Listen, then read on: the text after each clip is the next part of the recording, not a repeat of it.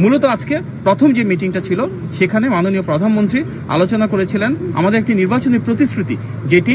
বিভিন্ন মসজিদের সম্মানিত খতিব সাহেব, সম্মানিত ইমাম সাহেব এবং সম্মানিত মুয়াজ্জিন সাহেব সহ অন্যান্য ধর্মের যারা রয়েছেন সেসব ধর্মগুরুদের জন্য আমাদের একটা প্রতিশ্রুতি ছিল যে মাসিক সম্মানী এবং উৎসব ভাতা প্রদান করা হবে। এবং মাননীয় প্রধানমন্ত্রীর নির্দেশে একটি সিদ্ধান্ত গৃহীত হয়েছে যে ইনশাআল্লাহ এই ঈদের আগেই আমরা এটি পর্যায়ক্রমে শুরুর যে প্রস্তুতি সেটি সম্পূর্ণ করে কিছু কিছু জায়গায় ইনশাআল্লাহ সম্মানিত খতিব সাহেবদের, ইমাম সাহেবদের এবং মুয়াজ্জিন সাহেবদেরকে একটি সম্মানী প্রদান করবো ইনশাআল্লাহ।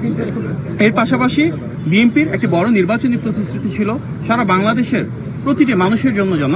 মেধার ভিত্তিতে বৈষম্যবিহীনভাবে আমরা কর্মসংস্থান সৃষ্টি করতে পারি। সরকারি চাকরির ক্ষেত্রে, বেসরকারি চাকরির ক্ষেত্রে, উদ্যোক্তা হিসেবে গড়ে ওঠার ক্ষেত্রে এবং বহির্বিশ্বে জনশক্তি রপ্তানির ক্ষেত্রে কিভাবে আমরা সবাইকে আরো দক্ষ এবং যোগ্য হিসেবে গড়ে তুলতে পারি, আমাদের শিক্ষা ব্যবস্থার প্রয়োজনীয় সংস্কারটুকু কিভাবে আনবো এবং তার মাধ্যমে আমাদের জনশক্তিকে কিভাবে কর্মক্ষম করে দ্রুততার সাথে তাদের জন্য অনেক বেশি চাকুরি এবং ব্যবসার সুব্যবস্থা করতে পারবো। তার জন্য প্রয়োজনীয় যে ডিরেগুলেশন প্রয়োজন, ব্যবসা বাণিজ্য এবং শিল্প কারখানার নীতিমালার প্রয়োজন রয়েছে সংস্কারের জন্য, এবং টেকনিক্যাল এবং ভোকেশনাল এডুকেশনকে আরো কিভাবে প্রাধান্য দিব আমরা, বিদেশে বিভিন্ন দূতাবাস যারা রয়েছে এবং বাংলাদেশে বিদেশি যে দূতাবাস রয়েছে তাদের সাথে সমন্বয়ের মাধ্যমে কিভাবে আমাদের জনশক্তিকে আরো দক্ষ এবং যোগ্য করে বিদেশে পাঠাতে পারবো, এগুলি নিয়ে বিস্তারিত আলোচনা হয়েছে। সংশ্লিষ্ট যারা মন্ত্রীবর্গ রয়েছেন, সচিববর্গ রয়েছেন, ওনারা ওনাদের মূল্যবান মতামত প্রদান করেছেন এবং ইনশাআল্লাহ খুব দ্রুততম সময়ের ভিতরে জনগণের প্রতি জবাবদিহিমূলক এই রাষ্ট্র ব্যবস্থায় জনগণের ভোটে নির্বাচিত সরকার আমাদের মাননীয় প্রধানমন্ত্রীর নেতৃত্বে